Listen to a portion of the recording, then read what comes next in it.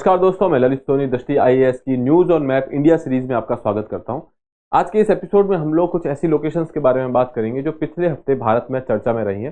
ये लोकेशंस आपके exam point of view से काफी इंपॉर्टेंट हो सकती है और इसे हम एमसीक्यूज के माध्यम से देखने की कोशिश करेंगे। तो चलिए स्टार्ट करते हैं। पहले हम अभ्यास प्रश्नों को देखते हैं जो आपको पिछले हफ्ते दिया गया था। तो सवाल यह था कि पारंपरिक रूप से प्रसाद के रूप में दी जाने वाली डेयरी आधारित कन्फेक्शनरी वस्तु मातावारी पेड़ा को हाल ही में भौगोलिक संकेत यानी कि जियोग्राफिकल इंडिकेशन या जीआई टैग मिला है। ये किस राज्य से आती है? जब हम बात कर रहे हैं मातावारी पेड़ा की, तो मातावारी पेड़ा जो है आपके त्रिपुरा राज्य से आते हैं और ये पेड़े त्रिपुरा सुंदरी मंदिर में गोमती डिस्ट्रिक्ट में ये वहां पे वितरित किए जाते हैं प्रसाद के रूप में। ठीक है, इसलिए इनको अभी रिसेंटली जीआई टैग मिला है। जीआई टैग की बात करें या फिर भौगोलिक संकेतों की बात करते हैं तो ये एक पर्टिकुलर जगह से आने वाली कुछ ऐसी वस्तु है जिनमें कुछ खास होता है। जैसे कि अगर हम बात करें मातावारी पेड़ा, तो इसको एक स्पेशल तरीके से बनाया जाता है। इसका एक विशिष्ट प्रकार का टेस्ट है जिसकी वजह से ये खास होते हैं, इसलिए इनको यहाँ पे जीआई टैग मिला है। और इनके पीछे का उद्देश्य ये रहता है ताकि वहाँ के जो लोकल लोग हैं जो इसको बना रहे हैं उनको प्रोत्साहन दिया जा सके, बढ़ावा दिया जा सके। ठीक है, यहाँ पे आप देखेंगे मातावारी पेड़ा और पचड़ा। पचड़ा जो है वहाँ पे एक बुनाई की कला है, वीविंग का एक आर्ट फॉर्म है जो वहाँ पे वहाँ के लोकल्स जो है इसको यूज करते हैं। तो मातावारी पेड़ा और पचड़ा इन दोनों को भी जीआई टैग मिला है जो कि त्रिपुरा से मिला है। यहाँ पे आप देखेंगे त्रिपुरा हमारे उत्तर पूर्वी भारत का एक राज्य है जो कि 7 सिस्टर्स में शामिल है। त्रिपुरा के गोमती डिस्ट्रिक्ट से इनको मातावारी पेड़ा को जो है ये जीआई टैग मिला है। इसे त्रिपुरा सुंदरी मंदिर में पारंपरिक रूप से एक मिष्ठान या फिर मिठाई यूं कह सकते हैं प्रसाद के रूप में वितरित किया जाता है। ठीक है, यहाँ पे आप देखेंगे ये जो है ये आपकी जो बुनाई की मैंने बताया था पचड़ा नाम की एक कला है जो वहां पे यूज की जाती है, उसको भी ये जीआई टैग मिला है। ठीक है, अगला सवाल देखते हैं। भारत ने किस देश में 6 मिलियन अमेरिकी डॉलर की लागत से निर्मित समुद्री बचाव समन्वय केंद्र MRCC को चालू किया है?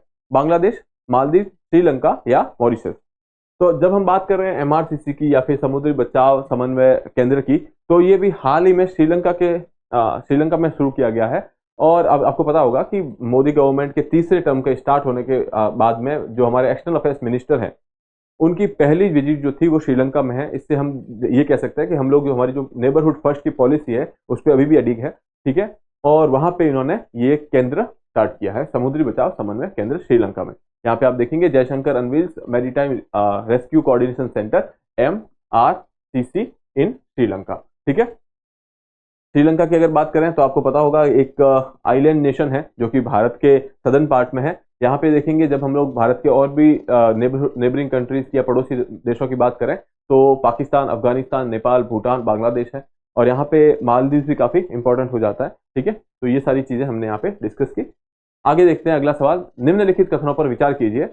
उत्तर प्रदेश एशियाई किंग गिद्धों या लाल सिर वाले गिद्धों के लिए दुनिया का पहला संरक्षण और प्रजनन केंद्र स्थापित करने के लिए तैयार है। यहाँ पे बात की जा रही है उत्तर प्रदेश की, यहाँ पे पहला संरक्षण और प्रजनन केंद्र स्थापित करने की बात कर रहे हैं। यह सुविधा 2007 से प्रकृति के संरक्षण के लिए अंतर्राष्ट्रीय संघ की लाल सूची में सूचीबद्ध गंभीर रूप से लुप्त प्राय प्रजातियों की आबादी में सुधार करेगी। तो यहाँ पे एशियाई गिद्ध के बारे में बात की जा रही है। ठीक है, और यहाँ पे आपको ये कहा जा रहा है कि एक प्रजनन और संरक्षण और प्रजनन केंद्र यहाँ पे बनाया गया है। तो ये बात बिल्कुल सही है, यहाँ पे उत्तर प्रदेश में ये किया जा रहा है और 2007 से जो है इनकी ऐसी कोई सूची बनाई गई है। और जब हम IUCN स्टेटस की बात कर रहे हैं तो ये लुप्त प्राय प्रजातियों की आबादी में सुधार करेगी। ठीक है, यहाँ पे आप देखेंगे कि जी UP to establish world's first Asian king vulture conservation and breeding centre at Maharajganj district. ठीक है, तो एक ये हो गया। यहाँ पे आप देख सकते हैं कि ये लाल सिर वाले गिद्धों की यहाँ पे तस्वीर दी गई है। आप देखेंगे ये एक स्पेशल फीचर है जो इनमें पाया जाता है जिसकी वजह से इनका नाम भी लाल सिर वाले गिद्ध रखा गया है। ठीक है, और यहाँ पाएंगे कि उत्तर प्रदेश में ये पहला सेंटर ऐसा बनाया जा रहा है। ठीक है, हाल ही में उत्तर प्रदेश में महाराजगंज में एशियाई किंग गिद्धों के लिए दुनिया का पहला संरक्षण और प्रजनन केंद्र बनाया जाता है, जो कि आपका पहला जो है स्टेटमेंट वो सही हो जाता है। फिर दूसरा है, इस सुविधा का उद्देश्य एशियाई किंग गिद्धों की आबादी में सुधार करना है जिन्हें 2007 से IUCN की लाल सूची में गंभीर रूप से लुप्त प्राय के रूप में सूचीबद्ध किया गया है। ठीक है, तो यहाँ पे आप देखेंगे कि इन्हें गंभीर रूप से लुप्त प्राय की सूची में किया गया है। तो आपके दोनों स्टेटमेंट सही है, आपका उत्तर हो जाएगा ऑप्शन सी। ठीक है, बाकी की कुछ बातें देख लेते हैं। यहाँ पे एशियाई किंग गिद्ध, जिन्हें लाल सिर वाले गिद्ध भी कहा जाता है, अपने आवासों के नुकसान, हैबिटेट लॉस और घरेलू पक्षियों में डाइक्लोफिनेक दवा जो है जब हम घरेलू पशुओं की बात करते हैं, जैसे आपके गाय भैंस जिनसे आप जो आप जिनको पालते हैं, उनके अंदर अगर इन्फ्लेमेशन हो या कुछ दर्द हो तो उसके लिए डाइक्लोफेनेक नामक ड्रग को यूज किया जाता है, इस दवा को यूज किया जाता है। जब ये पशु मरते हैं, जब गिद्ध इनको कंज्यूम करते हैं, तो ये दवा जो है उनके शरीर में भी पहुंच जाती है, जो कि उनके लिए एक विष का काम करती है। ठीक है, तो इसकी वजह से जो गिद्ध है उनकी संख्या में कमी हो रही है, इसलिए ये उनके लिए हैबिटेट लॉस और यूं से उनकी पॉपुलेशन के कम होने का कारण है। ठीक है, अगला सवाल है, गिर बर्दा परियोजना के संदर्भ में या फिर संबंध में निम्नलिखित कथनों पर विचार कीजिए। 1979 में राज्य सरकार ने एशियाई शेरों के लिए एक अतिरिक्त निवास स्थान के रूप में बर्दा को विकसित करने के लिए गिर बर्दा परियोजना शुरू की थी। बर्दा वन्यजीव अभ्यारण्य BWS गुजरात में एशियाई शेरों का दूसरा घर है। ठीक है, तो पहला घर कौन सा है? तो आपको पता होगा कि पहला गुजरात के अंदर हमारे गिर है, जो गुजरात में आप देखेंगे सदर्न गुजरात में वो पाया जाता है, और वहाँ पे जो साउथ वेस्ट गुजरात है या फिर पश्चिमी दक्षिण पश्चिमी गुजरात है, वहाँ पे मिलता है। तो ये जो बर्दा परियोजना है वो इसलिए स्टार्ट की गई थी कि यहाँ पे पहले कभी एक ऐसा शेर जो है पाया गया था और पता चला कि ये उनके लिए हैबिटेबल है, यहाँ पे ये लोग रह सकते हैं, और अभी रिसेंटली इसको फिर से जोड़ दिया जा रहा है।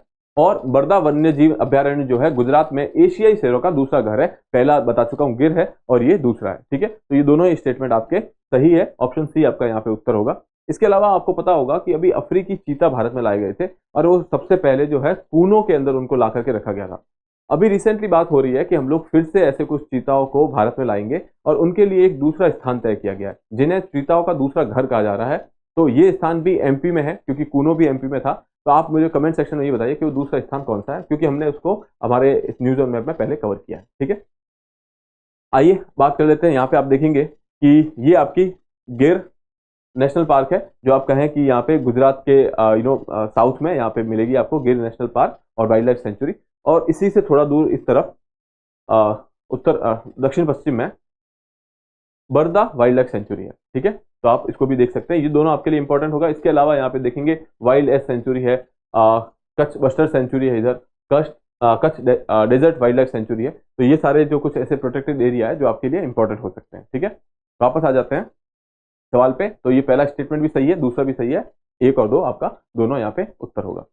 ठीक है, ये आपके शेर हैं जिनको हम लोग गिर में जो पाए जाते हैं, उन्हीं को यहाँ पे बर्दा में भी वहाँ पे उनकी पॉपुलेशन को बढ़ाने के लिए ये प्रोजेक्ट स्टार्ट किया गया है। ठीक है, जब हम इनके बात करते हैं कि ये कौन से प्रोटेक्शन का स्टेटस क्या है, तो आप देखेंगे शेड्यूल 1 में, वाइल्ड लाइफ प्रोटेक्शन एक्ट में शेड्यूल 1 में रखा गया है। और अगर हम बात करें IUCN स्टेटस की, तो ये वल्नरेबल है। ठीक है, अगला सवाल देख लेते हैं। तो अगला सवाल है, ग्रेट निकोबार द्वीप परियोजना के बारे में निम्नलिखित कथनों पर विचार कीजिए। इसे अंडमान और निकोबार द्वीप समूह के उत्तरी छोर पर लागू किया जाना है। दूसरा है कि यह मलक्का जल डमरू मध्य या फिर मलक्का स्ट्रेट के करीब है, जो मुख्य जल मार्ग है जो हिंद महासागर को प्रशांत महासागर से जोड़ता है। फिर आगे देखेंगे, इसमें एक अंतरराष्ट्रीय कंटेनर ट्रांसशिपमेंट टर्मिनल ICTT, एक ब्राउनफील्ड घरेलू और एक ग्रीनफील्ड अंतरराष्ट्रीय हवाई अड्डा शामिल है। ठीक है, तो अगर हम बात करें पहले स्टेटमेंट की, तो अंडमान एंड निकोबार द्वीप समूह की बात करें तो पहले अंडमान है, फिर उसके दक्षिण में जो है निकोबार है, और सबसे दक्षिण में जो है ग्रेट निकोबार है।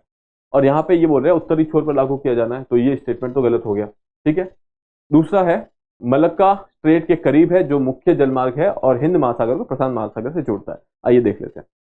ये देखिए, ये जो एरिया है जहाँ पे आपको ये मलेशिया और इंडोनेशिया है, इसके बीच में जो ये एरिया है, इसे हम लोग मलक्का जल डमरू मध्य या फिर मलक्का स्ट्रेट नाम से जानते हैं।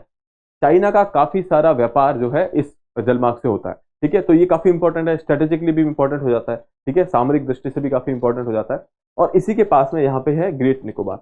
ग्रेट निकोबार पे ये प्रोजेक्ट चालू किया गया है। अब यहाँ पे देखिए, ये इसमें अच्छे से दिखेगा, देखिए ये अंडमान है।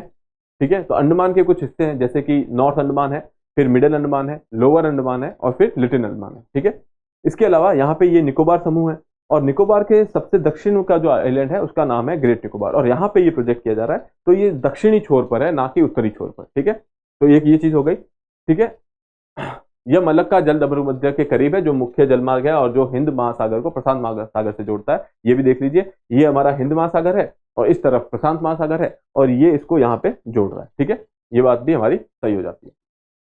इसमें एक अंतर्राष्ट्रीय कंटेनर ट्रांसशिपमेंट टर्मिनल आईसीटीटी और ब्राउनफील्ड घरेलू और एक ग्रीनफील्ड अंतर्राष्ट्रीय हवाई अड्डा शामिल है। तो यहाँ पे आप देखिए इस प्रोजेक्ट में यहाँ पे इंटरनेशनल एयरपोर्ट है, ठीक है, इंटरनेशनल कंटेनर ट्रांसशिपमेंट टर्मिनल भी है, यहाँ पे एक डोमेस्टिक एयरपोर्ट भी है, ठीक है।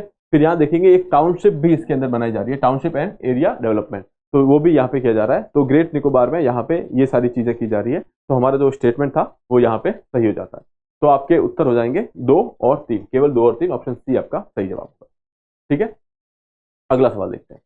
चिपचाप नदी के बारे में निम्नलिखित कथनों पर विचार कीजिए। यह श्योक की एक सहायक नदी है जो अक्साई चिन क्षेत्र से होकर बहती है। यह देप्सांग मैदानों के पूर्वी किनारे से निकलती है। आपको यहाँ पे सही कथन का चुनाव करना है, ठीक है।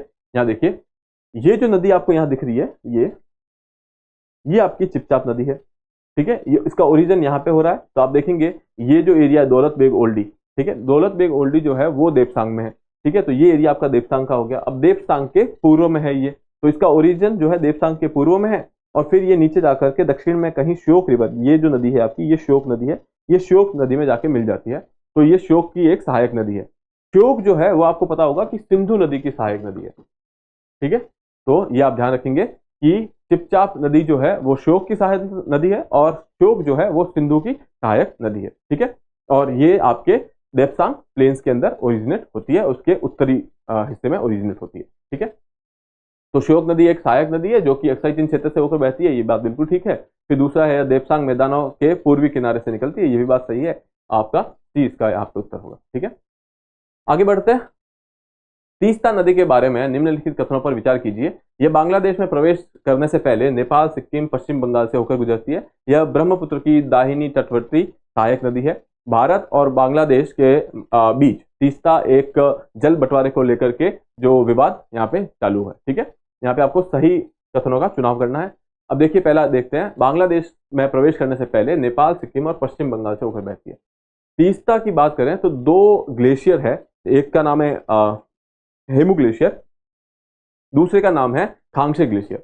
इन दोनों ग्लेशियर से होकर के ये कुछ पानी जो है वो जाकर के सो लहामो लेक में जाकर के पानी इकट्ठा होता है और वहां से तीस्ता की शुरुआत होती है, और ये सब कुछ जो है सिक्किम में है। तो हम कह सकते हैं तीस्ता का जो उद्भव है वो सिक्किम से होता है।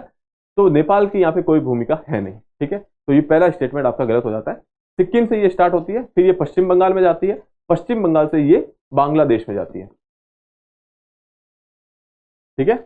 पश्चिम बंगाल से बांग्लादेश में जाती है, बांग्लादेश में जाकर के ये ब्रह्मपुत्र में मिलती है और फिर वहां से इसको जो है हम लोग जमुना नदी नाम से जानते हैं, ठीक है। तो ये बात हो गई। यह ब्रह्मपुत्र की दाहिनी तटवर्ती सहायक नदी है, ये बिल्कुल सही है। तीसरा स्टेटमेंट है भारत और बांग्लादेश के बीच तीस्ता को लेकर के, बंटवारे को लेकर के कुछ विवाद है, ये बात भी सही है। तो 2 और 3 आपके जो है यहाँ पे सही स्टेटमेंट है। आपसे पूछा है कि कितने सही है, तो 1 और ये 2, तो केवल 2 आपका यहाँ पे उत्तर होगा, ठीक है। अब इनके मैप्स देख लेते हैं। यहाँ देखिए सिक्किम से इसका ओरिजिन होता है और फिर ये सिक्किम से होते हुए थोड़े से वेस्ट बंगाल के पार्ट में बहती है और फिर यहाँ पे आप देखेंगे ये जाकर के इस नदी में मिलती है और ये आपकी ब्रह्मपुत्र नदी है। और ब्रह्मपुत्र के मिलने के बाद यहाँ पे आप देखेंगे इसको जमुना नाम से जाना जाता है, ठीक है। तो ये बात हो गई आपकी तीस्ता को लेकर के। अब ये तीस्ता नदी जो है भारत और बांग्लादेश के बीच में है और भारत जो है अपर रिपेरियन स्टेट है, तो यहाँ पे इसको लेकर के पानी के विभाजन को लेकर के कुछ यहाँ पे विवाद उत्पन्न है, ठीक है। तो ये आपका दोनों स्टेटमेंट हो गए यहाँ पे सही। अगला सवाल देखते हैं। आर्यन घाटी निम्नलिखित में से किस राज्य में स्थित है, ठीक है। लद्दाख, जम्मू और कश्मीर, उत्तराखंड और सिक्किम, ठीक है। तो जब हम बात करते हैं आर्यन घाटी की तो आपको पता होगा कारगिल हमारे लिए बहुत ही स्ट्रेटेजिकली इंपॉर्टेंट जगह है और कारगिल के पास में एक मेमोरियल है और वो मेमोरियल आर्यन घाटी में है। ये मेमोरियल पहले टूरिस्ट के लिए बंद था और अभी हाल ही में इसको चालू कर दिया गया है, और जो कि आर्यन घाटी में होने की वजह से आर्यन घाटी चर्चा में थी और आर्यन घाटी लद्दाख में स्थित है, ठीक है। आप यहाँ देखेंगे ये आर्यन घाटी है, काफी सुंदर है। और यहाँ पे ये देखिए ये आर्यन वैली है और ये जो एरिया है ये आपका लद्दाख का एरिया है, ठीक है। तो आपका सही उत्तर है यहाँ पे लद्दाख। यहाँ पे देखिए ये आर्यन वैली है और यहाँ पे ये नुब्रा वैली के पास में है। आप कह सकते हैं कि नुब्रा के पश्चिम में आर्यन वैली है, ठीक है। तो यह आपका उत्तर हो गया लद्दाख। आगे देखते हैं। भारत के किस शहर को हाल ही में पहला यूनेस्को साहित्य का शहर घोषित किया गया है? तो जब हम बात करें जयपुर, कोलकाता, मुंबई और कोझिकोड या फिर कोरिकोड, ठीक है। तो इसको जो है अभी रिसेंटली कोरिकोड को यहाँ पे हाल ही में यूनेस्को के द्वारा साहित्य का शहर घोषित किया गया है। और इसी के साथ साथ अगर संगीत का शहर की बात करें तो ग्वालियर को संगीत का शहर घोषित किया गया है। ठीक है, यहाँ पे आप देखेंगे कि कोरिकोड जो है वो केरला में स्थित है, और यहाँ पे आप देखिए कि इसको लिटरेचर का शहर या फिर साहित्य का शहर घोषित किया गया है कोरिकोड को, और इसे संगीत का या फिर सिटी ऑफ म्यूजिक घोषित की गई है, ये ग्वालियर है। ठीक है, आपके लिए अब आखिरी है अभ्यास प्रश्न, जिसको आपको अटेम्प्ट करना है, उसे आंसर देना है कमेंट बॉक्स में। केन बेतवा लिंक परियोजना के संदर्भ में निम्नलिखित कथनों पर विचार कीजिए। इस परियोजना से बुंदेलखंड क्षेत्र को लाभ होगा। दूसरा स्टेटमेंट है, यह परियोजना पेंच टाइगर रिजर्व से होकर गुजरती है। तीसरा है कि केन बेतवा लिंक परियोजना एक सूखाग्रस्त क्षेत्र से होकर गुजरती है जो केवल मध्य प्रदेश के जिलों में फैला हुआ है। ठीक है, ऊपर दिए गए कथनों में से कितने कथन सही है आपको देखना है, और उसी के हिसाब से आपको यहाँ पे आंसर करना है। ठीक है, तो आज के लिए हम लोग इतना ही रखते हैं, फिर मिलेंगे आपसे किसी अगले एपिसोड में। तब तक के लिए हैव अ गुड डे।